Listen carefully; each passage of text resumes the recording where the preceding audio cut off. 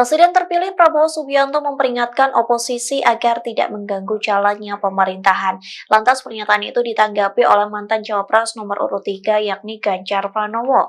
Ia balik memperingatkan Prabowo bahwa anggota kabinet bisa saja mengganggu jalannya pemerintahan. Dikutip dari tribunnews.com, hal itu disampaikan Ganjar saat ditemui di kawasan Tebet, Jakarta pada Jumat 10 Mei. Ganjar mengatakan sebuah pemerintahan bisa saja diganggu orang-orang yang bagian dari pemerintahan itu sendiri. Ia juga memberikan perumpamaan soal menciptakan pemerintah yang bersih, namun di dalamnya terdapat oknum yang korupsi. Kondisi tersebut pun akan mengganggu pemerintahan itu sendiri. Ganjar juga mengingatkan tugas dari oposisi adalah melakukan kontrol terhadap perjalannya pemerintahan.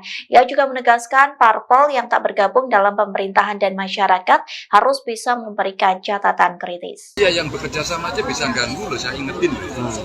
Jangan sampai kemudian yang di dalam malah mengganggu. Umpama kita ingin menciptakan pemerintah bersih, tapi korupsi di dalam itu mengganggu. Yang di luar jangan-jangan malah membantu karena mengingatkan yang baik. Dan check and balances akan berjalan. Dan kalau kemudian partai politik katakan tidak ikut di pemerintahan, masyarakat sipil tidak ikut di pemerintahan. Masyarakat sipil bisa memberikan catatan-catatan kritis. Jadi kita mesti membuka ruang check and balances itu, tapi betul kalau mengganggu itu artinya destruktif, kita setuju, jangan. Ya. Download Tribun X sekarang, menghadirkan lokal menjadi Indonesia.